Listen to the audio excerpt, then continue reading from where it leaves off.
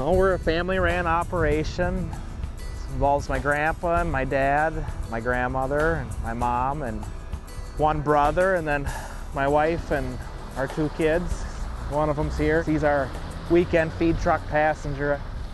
Yesterday he was helping Grandpa scrape up pens, weren't you? What were you riding in?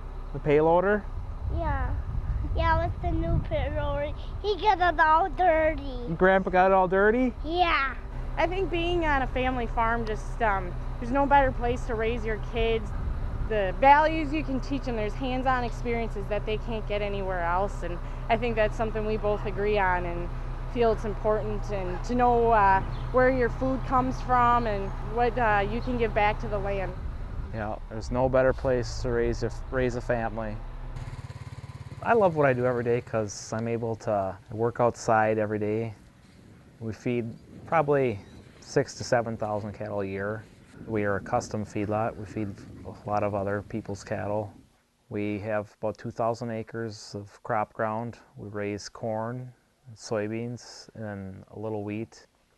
Well, before we had kids, I was a little more hands-on and able to help a little more. Now I do a lot of the billing on the computer, work with Josh's grandma to do the month-to-month, some of that type of stuff. But on occasion, I have helped Josh. I like to still ride in the feed truck. I bring Drew over, ride with them. I think people really like feeding cattle at Revier Feedlot because it is a family operation, and they've worked with Gene, then they've maybe worked with Jeff, and now Josh is here and his brother, and they like seeing that face and that connection and treating our customers right. We take a lot of pride in that. So it's a rainy day.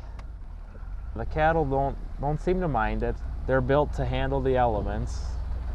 We get all sorts of weather, snow, heat, rain. We're gonna drive through the barn here and look at the bunk and make our feed call for the day. Increase 100. Right now we see the bunk is slick clean, so we're behind on these cattle. So we need to increase them on the feed up 100.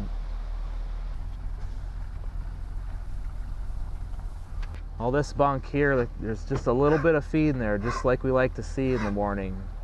Ideally, what we're looking for is a bunk that's fairly clean with just some crumbs of corn in it. These cattle were right on. We're gonna keep them the same. We feed twice a day. Feed once in the morning and then once in the afternoon. Right now, we feed about 7 loads of feed a day in the morning, and that changes with the amount of cattle we have on feed throughout the year. We'll back into the shed here. We'll put on our dry corn and our liquid supplement.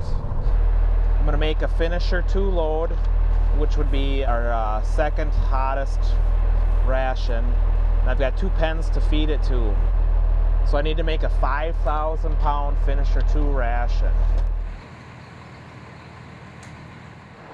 Right now we're loading liquid supplement onto the truck.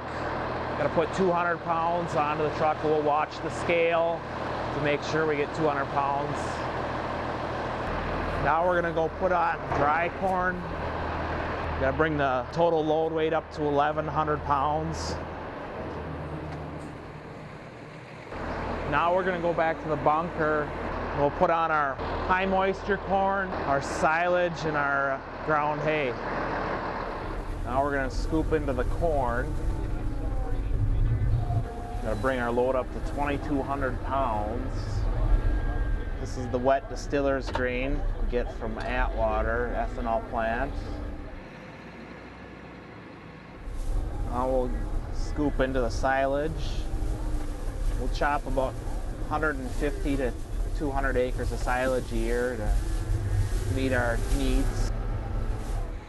Through the course of the time the cattle are here, whether it be 3 months or 7 to 9 months, the cattle will eat approximately 7 different rations.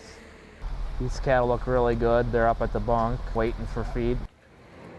We feed for all types of different clients. Clients that are cow-calf people, clients that run stock or grazer operations. Most of the cattle come from either Minnesota, Dakotas, or Montana. We would feed some eastern cattle. Right now we got some cattle in from Virginia. We'll get some cattle from Wisconsin occasionally. But most of our cattle come from the Dakotas or Montana or Minnesota. We have 2 packers that come through once a week, and they come and they look at the cattle and they place bids on them, and then we make contact with the guys who own the cattle and tell them what we can get for a bid, and they will either decide that they want to sell them or maybe hold on for another week. I think that's part of the success too, is working with the customer and helping understand what they want to get out of feeding their cattle here.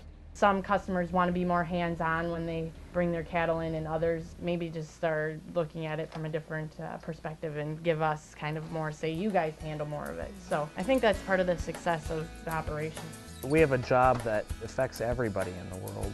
Farming has definitely progressed, and feeding cattle has progressed. I kind of think of when I'm sitting down with my friends maybe that aren't from the farm, and I see them eating a steak or a burger, and inside it makes you feel good knowing that we took great care to produce that food product that's sitting on that plate.